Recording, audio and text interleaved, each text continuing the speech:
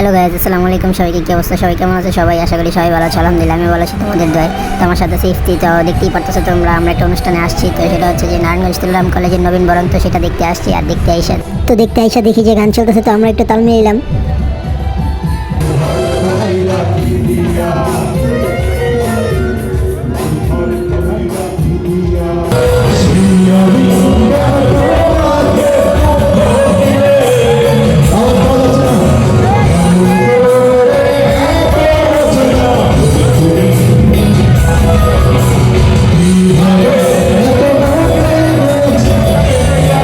তো গাইজ গান গাইতে গাইতে ডিপে চলে গেছিলাম। তো গাইজ ডিপে যাইবো না গাইজ, বুঝছেন না গাইজ।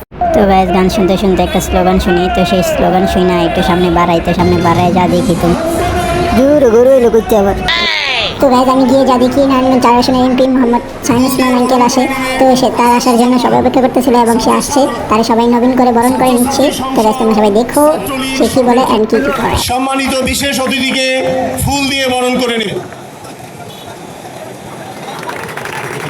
তো গাইস এখান থেকে আমরা রওনা দিয়ে দিয়েছি বাসার উদ্দেশ্যে। তো এখান থেকে চলে আসছি কারণ ওখানে অনেক গরম ছিল।